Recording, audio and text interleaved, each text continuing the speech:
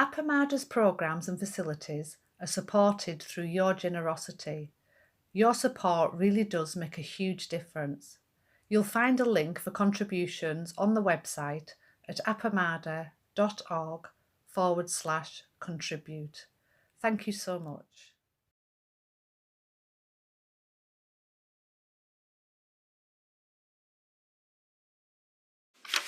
Well, this will be a very short Dharma talk. I wish I had known last night. So we're talking this morning about the second factor of enlightenment, which is investigation. The Pali term for this is Dhamma Bhikkhaya. Bhikkhaya means inquiry or investigation, and Dhamma, of course, reality, all phenomenon, things that can be known or experienced. So Buddhism was started with investigation. It, in many commentaries, investigation arises out of mindfulness when one is able to bring their attention closely and for a sustained period of time to an object. You naturally begin finding out about it, learning more about it. You can direct that. There are various ways in the different sutras from the Pali Canon about how to proceed with investigation. I was going to go over a few of those. Let's see. I'm going to do a real quick reading of one method of investigation. Once I was sitting in meditation while listening to my teacher giving a Dharma talk. My mind was very calm, but suddenly I saw it become highly agitated. How did this happen? How did anger arise in the mind so quickly when it was peaceful only moments before? That inquiry happens not naturally. A lot of people, when we're what people in certain circles call blended with the emotion, with the experience, there's no gap between our awareness and the experience.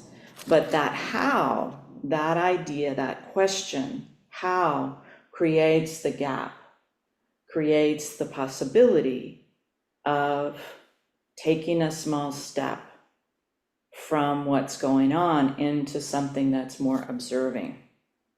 So the person continues in the quote. In that moment, I noticed something very interesting. My mind became curious about what had happened. I wanted to know about itself. It wanted to know why it had lost its peacefulness and become angry. So it had backed up a bit and began to ask questions. Its interest in knowing itself then changed the mind's quality away from anger. It wanted to learn and know the truth, and because of that, it began to gently watch the anger run its course. As I continued to sit, I was able to watch aversion operating in the mind. On the one hand, the mind was straining to hear what my teacher was saying. On the other hand, a group of children were making noise just outside the meditation hall. I wanted them to stop, and I saw the mind complaining about the noise and complaining that I couldn't hear my teachers talk. Some strong feelings came up. The observing mind saw everything that was going on in the mind. So that's one method of investigation. When something arises, something that you might conceive of as a hindrance, you notice it and become curious. Curiosity, Flint always says, or Peg, is the universal solvent. So investigation is certainly the fruit of that solvent. We learn more about this.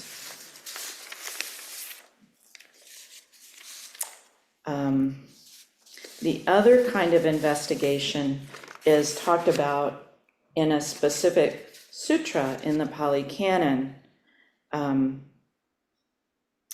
that is a very directed kind of investigation that is used more, I believe, in concepts. There's a long reading about this. I'm just going to pick a very short one. So the investigation here is the Buddha is telling the monks how to investigate clinging.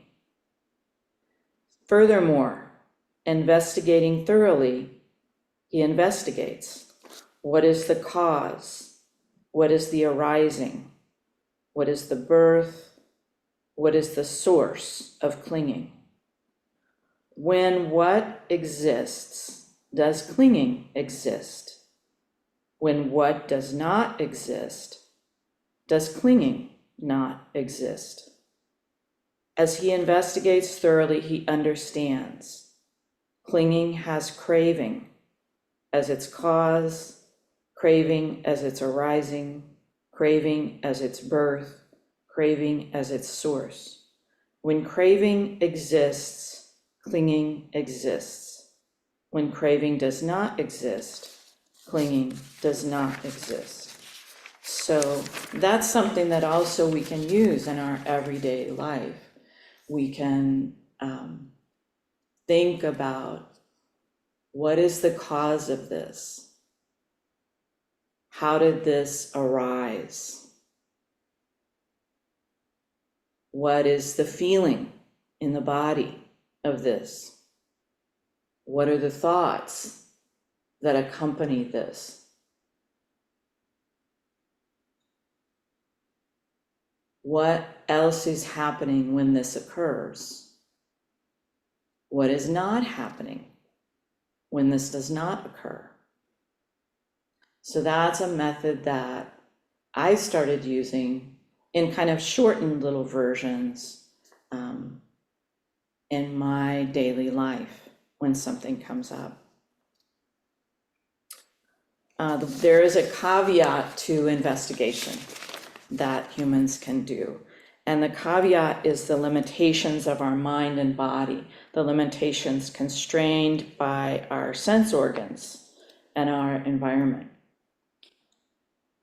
In science, this is called Umwelt, which is the world as it is experienced by a particular organism at a particular time.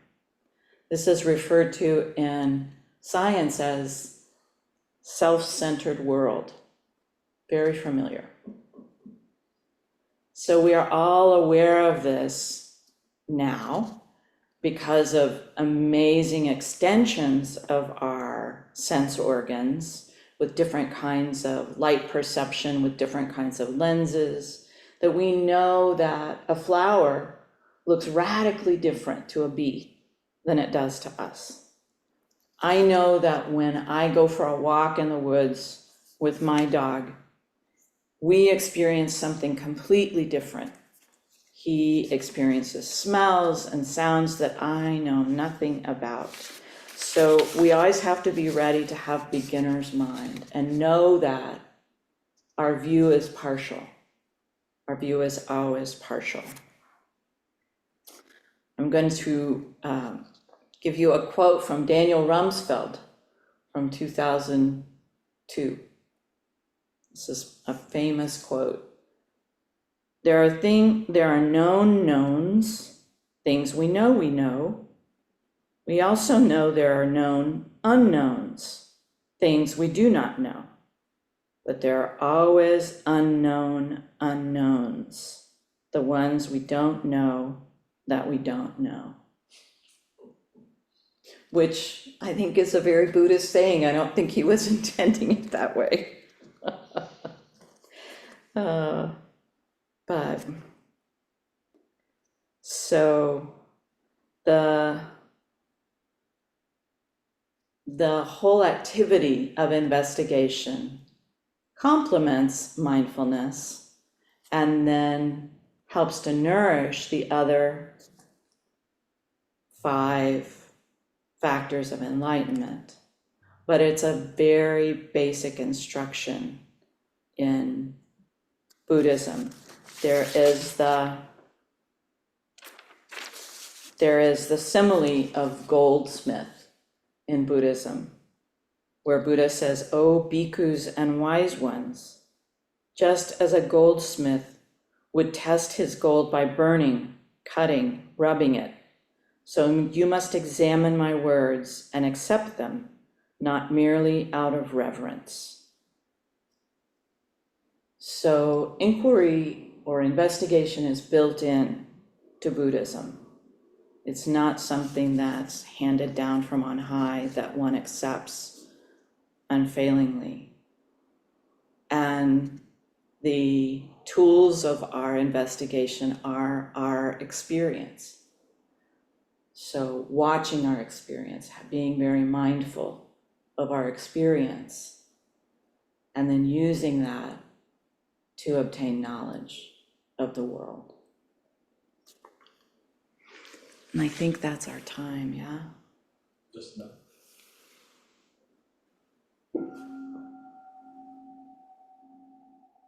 Hey, all of you here.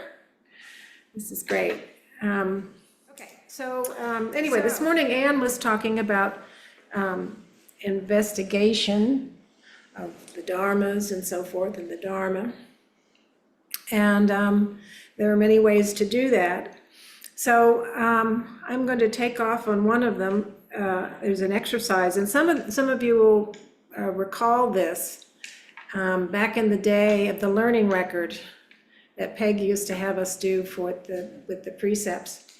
And I chose it, I used to like it actually, because I learned a lot from it. So what it is, for those who haven't done it, it's a little form, and I sent them out to all of you. Don't have it. So this is a writing exercise. And basically what you're going to do, there's 5 boxes and then spaces to write. And the first thing you're going to do is we're going to get into partners. So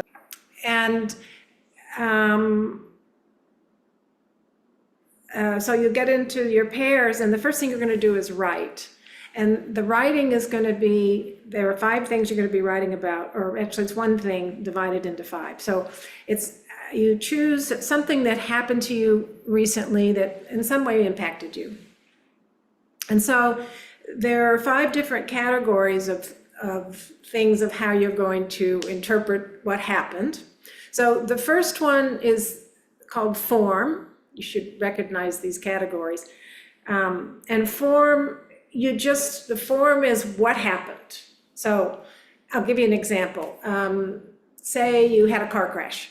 So you would just write just the facts that you were driving down the road and you were going to turn, make a right-hand turn or whatever, and then somebody hit you from behind. So it's just what happened, what happened. And you can describe that there was a crash, or what the sound, what you heard, what you saw.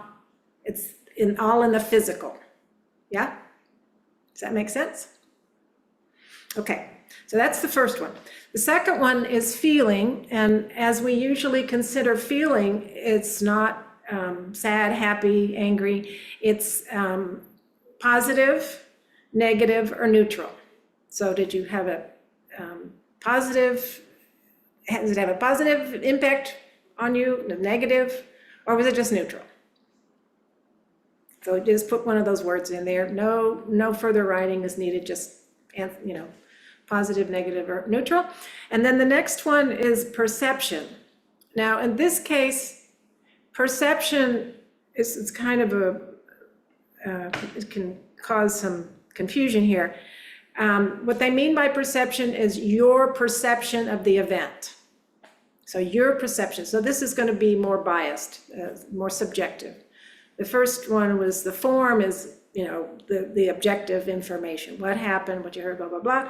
And then this is your description of it, how it impacted you, what came up, or whatever.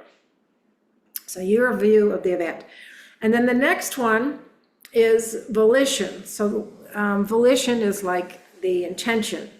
Your intent, the intention that arises out of this event, your intention.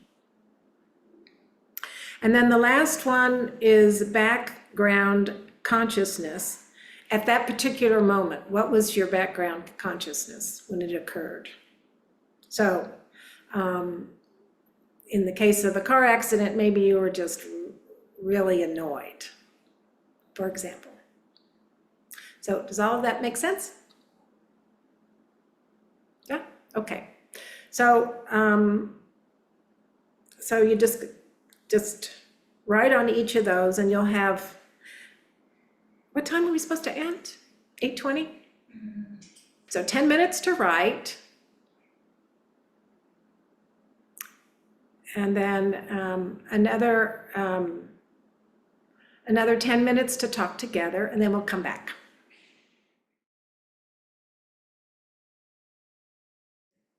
Anyway, welcome back. Yeah, there she is. So you might say, well, why we're doing this? And the reason is this is as a part of investigation. What these categories are, the form, feeling, perception, volition, and background consciousness, are actually the 5 aggregates, which you may have heard of. And the 5 aggregates are the things that we attach to, actually. So doing this once is kind of a one-off, but if you do this over time, you get a real sense, if you don't already know, of the kinds of things that you're attached to, or the things that you don't notice at all, or the things that, or you have an aversion to, or whatever. So it really can be helpful in the investigation of what you actually pay attention to in general. When I did the learning record many years ago, when I did the precepts, it was a long time ago, Peg had everyone do these things, and we had to do it every week or something. I think it was every week. And what I found is I had no perception, so I had no view of anything. Go figure. Maybe I just didn't understand what I was supposed to be doing, but I remember there was always a big blank there. And so I was talking, I'll give an example of what I did, and then you guys, if you have anything to add, you can add. I was talking about this cutting down of my big tree. I have this big, huge tree out in front of my house. And I think it was probably put in not too long after the house was built, which was somewhere around 1948, 1950, but it can't be that old. It's an Arizona ash. Anyway, it's this really huge thing, and it got damaged by time and weather and so forth. And so anyway, I had them cut it down, but nonetheless, I was very sad about it. And so when I wrote about it, I was talking about, oh, they cut it down. Well, I paid for it. So it's like I was putting it off on them when it's actually me. But anyway, so I get really into form. I like, the sight, sounds. That's where some of my attachment lies. And the background consciousness I was sad about it, so I feel emotional about such things. So anyway, so it's really, as I say, it's interesting if you look at it from that perspective of these in fact are the aggregates, and you can get a sense of what your mind is on, what's it up to. And a lot of us know, some of this stuff, but sometimes there are things that'll come out about your preferences and so forth. So I would suggest, if not during this intensive, as we go along, if you have more time, you can do another couple of them and see what happens, and see if there's any sort of pattern, just for your own edification.